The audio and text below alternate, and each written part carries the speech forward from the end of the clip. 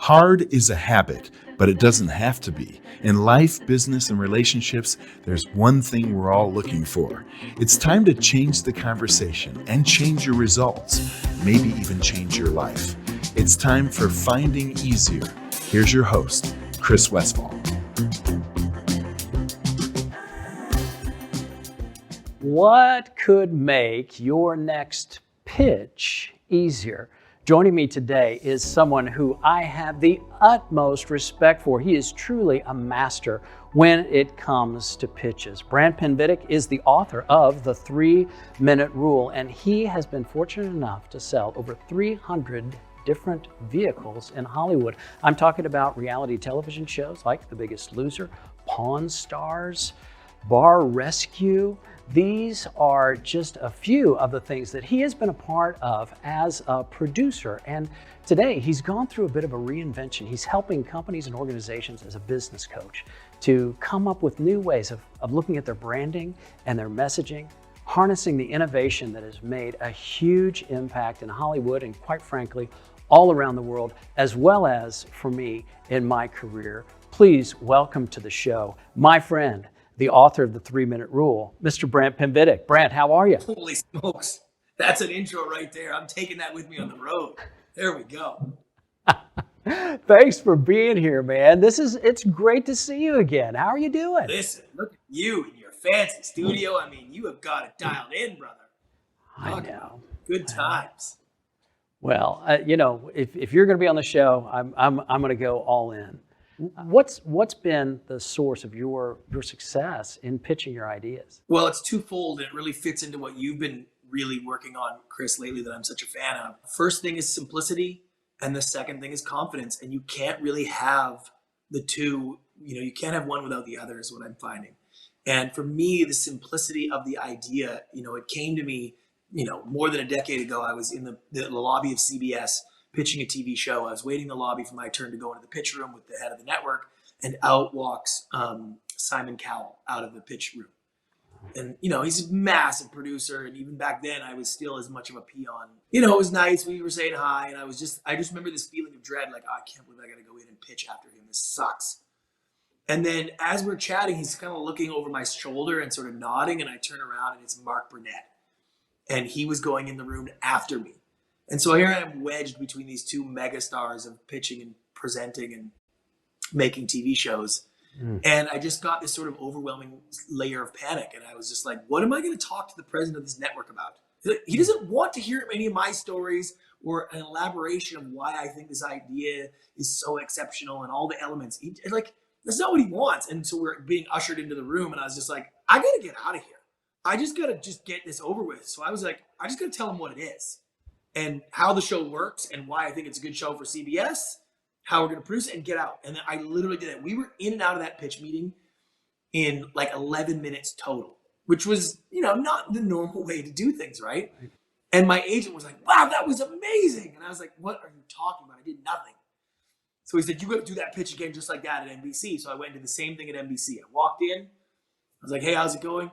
Great. All right, so here's the show. And like, here's how it's going to work.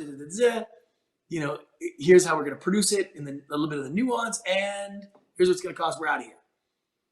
And so we sold the show to CBS, and it was this sort of revelation of like, hey, that's how you should do it more often because it was more effective. So I started doing that, where I would just stop telling the network about the sponsorship opportunities and any weird stories. I just went and told them exactly what it was and how it worked. And I started selling shows like crazy. And more importantly, I got a reputation around town. I had the best pitches in the business. And I would hear people being like, oh, I saw Brant was on my calendar, come pitch. And I was excited because I knew it'd be a good idea or at least a good pitch. And I was like, I'm not doing anything. People just need to understand what it is, because if you don't tell them the simple version, they will simplify it themselves.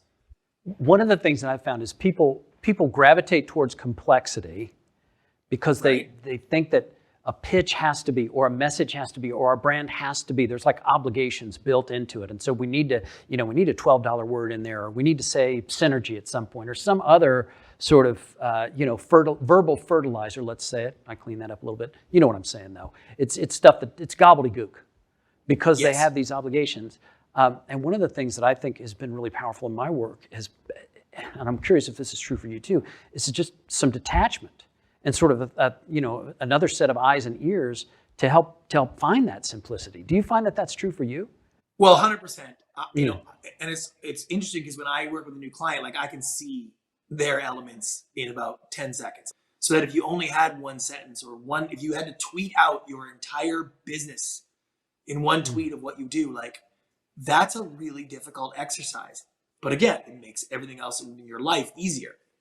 And so when you have other people look at it and read everybody's had this done. If you've had a business deck or a pitch deck and you've given it to somebody and then they're like, okay, so you guys do this, this, and this. And you're like, well, not really. We actually do this, this, and this. So now you're like basically going through the simplification process after the fact, after they've already sort of made up their minds of what they think it is. And now you got to deprogram them. Confidence is the value you believe that you bring to others. Chris, if I wanted you to come out for dinner this weekend and I'm bringing it, I know you'd say yes, but in general, I'm and ready. you're going to have to fly and like it's a whole thing, right? Cancel your other plans, come out to dinner. I'm having a chef come in, right? If my chef was Gordon Ramsay, I'd say, hey, I have Gordon Ramsay. And you'd be like, I'm there. And I wouldn't pitch you on the idea of who Gordon is or why he's so great or what kind of food he's making. I wouldn't need to, because I'd be like, hey, I got Gordon Ramsay.